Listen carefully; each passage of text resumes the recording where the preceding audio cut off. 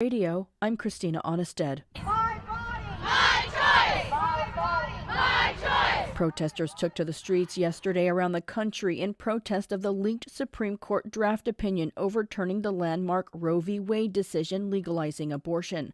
On Capitol Hill, Democrats slammed the draft opinion. Christopher Martinez reports. President Joe Biden spoke to reporters on the tarmac at Andrews Air Force Base in Maryland Tuesday morning, where he was departing for a trip to Alabama. It basically says all the decisions related to your private life, who you marry. Does this mean that in Florida they can decide they're going to pass a law saying that same-sex marriage is not permissible? Later in the day, Vice President Kamala Harris spoke at a convention of the group Emily's List. Those Republican leaders who are trying to weaponize the use of the law against women, will we say, how dare they? How dare they tell a woman what she can do and cannot do with her own body? 22 states already have some form of abortion ban on the books, some recent and some dating back to before Roe v. Wade. Senator Debbie Stabenow is a Democrat from Michigan. Michigan women are particularly at risk. If Roe goes away, my state reverts to a very patronistic law from 1931, that makes abortions at any stage a felony with no exceptions for rape and incest.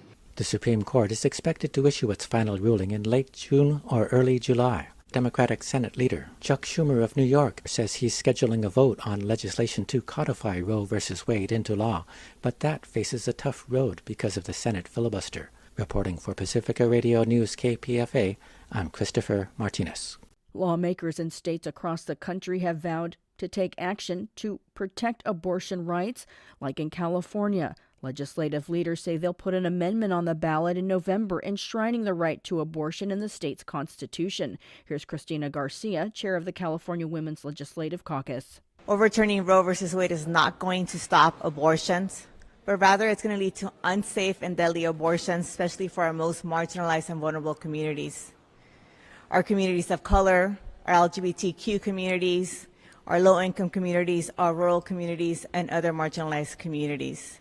This is a matter of life and death that we are talking about with you.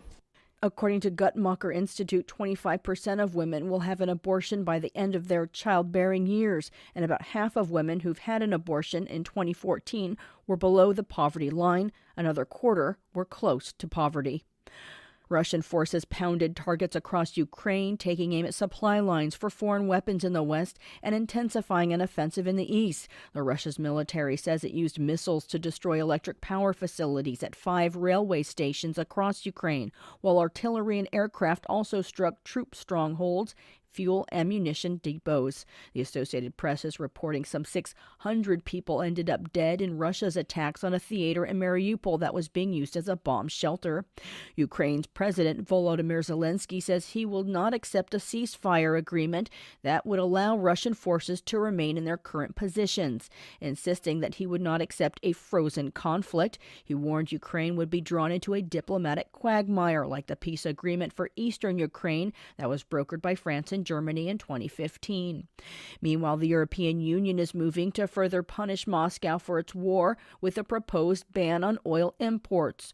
Ursula von der Leyen is European Commission's president. Today, we are addressing our dependency on Russian oil, and let's be clear, it will not be easy, because some member states are strongly dependent on Russian oil, but we simply have to do it. So today, we will propose to ban all Russian oil from Europe. This will be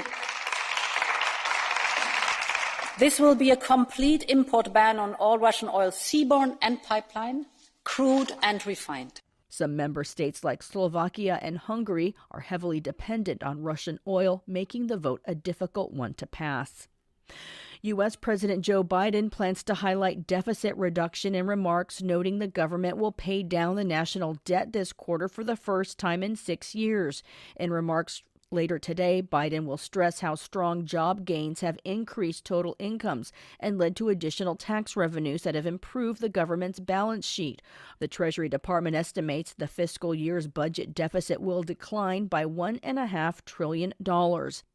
North Korea launched a ballistic missile towards its eastern waters Wednesday. The launch comes days after North Korean leader Kim Jong-un vowed to bolster his nuclear arsenal and threatened to use them against rivals. The Centers for Disease Control and Prevention has restated its recommendation travelers wear masks on planes, trains, and buses, despite a court ruling last month striking down the national mask mandate on public transit. Former President Donald Trump's businesses and inaugural committee have reached a deal to pay Washington, D.C. $750,000 to resolve a lawsuit alleging the committee overpaid for events at the Trump International Hotel and enriched the former president's family in the process. I'm Christina Onnested